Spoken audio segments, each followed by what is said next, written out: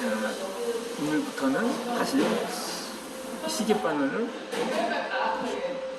6개월 전으로 돌려서 제가 이전에 했던 책을 읽어주는 방식으로 영상을 운영하도록 하겠습니다. 제가 소개해드린 책 제목은 바로 이 응답받는 기도의 비결 17가지인데 지은이 안희한 목사님은 제가 이전에 만나서 이 책을 그러니까 구매를 한 것이 아니라 이 대여를 받았거든요. 원래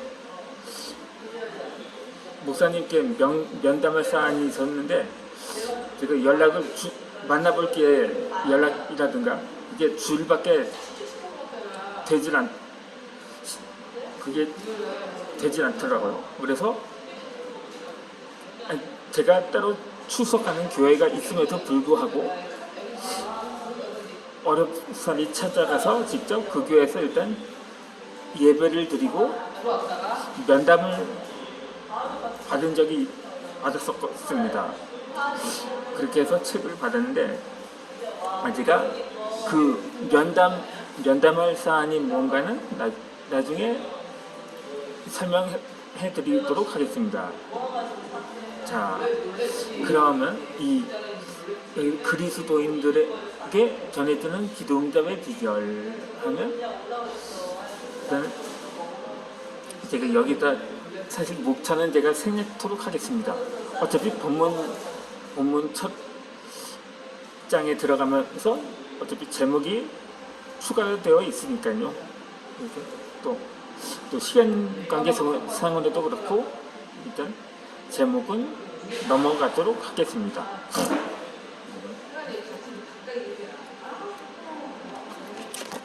제가 사실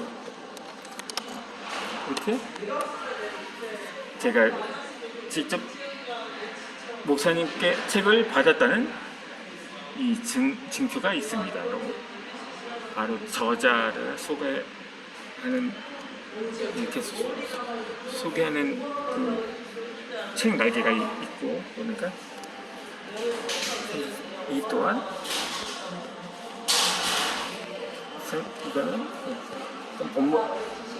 본문으로 넘어가도록 하겠습니다.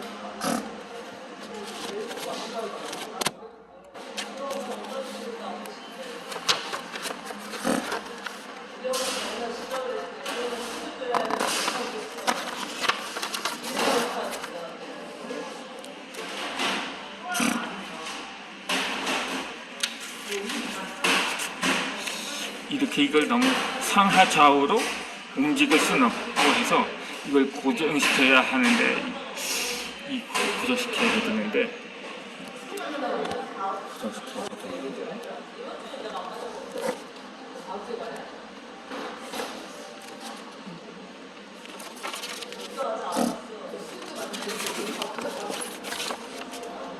이 책 화면과 책 팔자가 너무 가까워도 또 너무 희미하게 보일 수가 있어서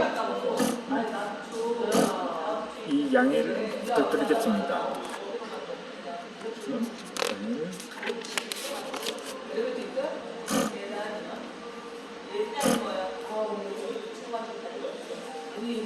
여기 목록이 있는데 이건 그냥 앞서 말한 대로 그냥 넘어가도록 하겠습니다.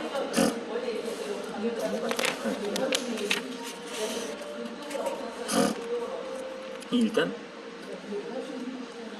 들어가는 글을 낭독해 드리겠습니다. 이 글을 읽는 독자들이 웃을지 모르지만 중고등학교 시절 내게 큰 고민거리는 나도 장가를 갈 수 있을까 하는 것이었습니다.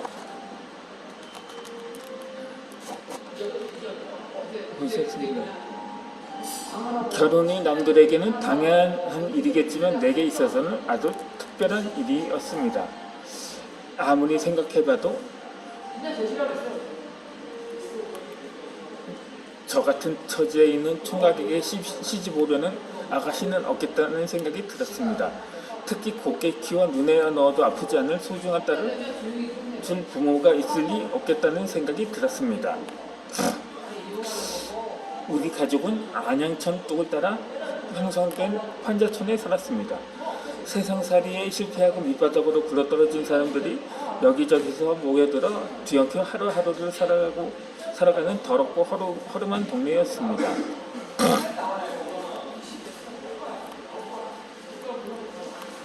건축 허가 없이 대충 짓고 대충 살던 판잣집들은 주소가 따로 없었습니다.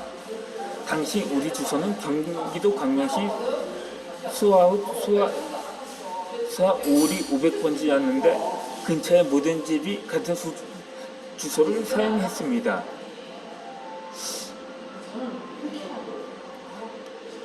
똑같은 주소에 대략 200~300여 명이 모여 살았던 덕분에 우편 배달원이 일일이 사람들의 이름과 얼굴과 집을 확인하고 편지를 전해주어야 했습니다.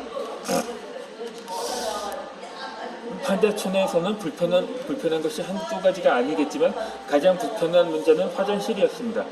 화장실이 집집마다 있지 않고 집에서 멀리 떨어져 있었는데 그것도 앞뒤가 트인 화장실 2개를 여러 집이 공동으로 사용해야 했습니다. 그래서 사람들이 몰리는 아침 무렵에는 아무리 급해도 꾹 참고 먼저 들어간 사람이 나오기를 기다려야 했습니다. 가로등이 없었기 때문에 한밤중에 혹은 달이나 별이 뜨지 않아 특히 어두운 밤에 화장실을 가야 할 때는 조심해야 했습니다. 저도 밤에 화장실에 가다가 죽을 뻔한 적이 있었습니다. 밤중에 급하게 화장실로 달려가던 중 갑자기 줄에 목이 걸렸고 뛰어가던 몸이 균형을 잃고 뒤로 나자빠지면서 뒷머리를 땅바닥에 세게 부딪혔습니다. 빨래를 다 말린 뒤에 빨랫줄도 함께 걷어가야 하는데 깜빡이고 빨랫줄을 그대로 내버려둬서 벌어진 일이었습니다.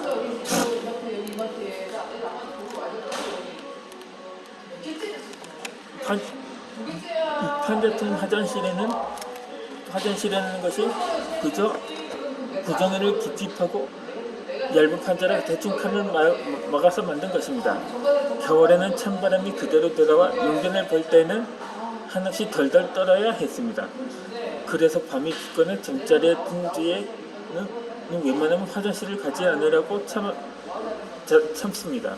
어쩔 수 없이 화장실에 가야 한다면 낡은 옷을 잔뜩 껴입고 가야 했습니다.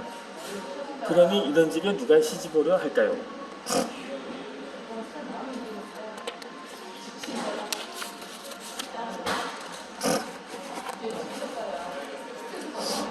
밤이나 겨울보다 더 힘든 상황에 처할 때도 있습니다. 안양천은 장마철에 범람에서 침수 피해를 자주 일으켰는데 누굴 따라 세워진 판자촌은 우직하겠습니까? 장맛비가 쏟아졌던 물이 안양천을 넘치기 시작하면 순식간에 온 동네가 침수되어 물이 허리까지 찹니다. 그래도 방 안에 밀려들어온 물이 자자가 급히 일어나 서면초등학교나 안서중학교로 대피한 적도 있습니다. 이렇게 물이 범람해서 물이 차면 가장 먼저 재래식 화장실 안에 있던 오물들과 쓰레기들이 물에 섞여 마구 떠다닙니다. 말할 것도 없이 집안까지 흘러들어 옵니다. 물이 빠진 뒤에 골목이던 집안이 온통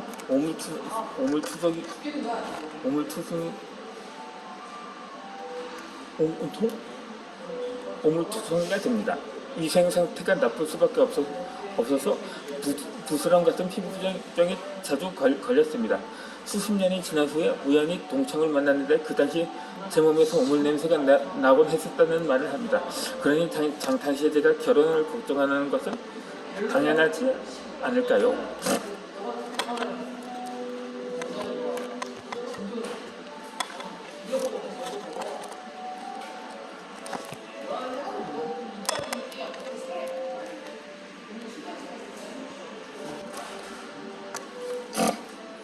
그런데 가난하고 허름한 판자촌에서 산다는 것은 그것보다 훨씬 더 큰 문제가 내게 있었습니다. 저는 불구자였다는 점입니다. 사실 불구로 태어나지는 않았습니다. 몸이 약해서 자주 병치레를 할 정도로 몸이 허약했기는 했지만 온전한 몸으로 태어났습니다. 열심히 뛰어다니며 놀기도 했습니다. 그러던 어느 날 내가 불구의 몸이 된 것입니다. 이 어린 시절의 아버지는 경제 능력이 없으셨습니다. 그런 아버지 대신에 어머니가 허드렛 일을 하셨습니다. 어머니는 여름 땡볕에서 남의 밭에 내가 풀을 뽑아주고 큰 돈을 버셨습니다. 그렇게 번 돈으로 우리 식구가 굶어 죽지 않게 먹고 사는 데만도 벅찼습니다. 우리 4년매는 학교 준비물을 사갈 형편이 되지 못했습니다. 그래서 수업에 참석하지도 못한 채 교실 밖에서 버르석은 했습니다. 저는 장남이었습니다. 그래서 일거리를 찾았습니다. 초등학생 때는 밭에 내가 물 뽑기도 했고 시장에서 신문지를 깔고 앉아 시금치를 팔기도 했습니다.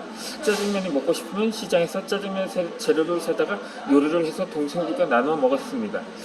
동생들과 함께 먹었던 그 맛은 상상을 초월할 정도로 좋았습니다.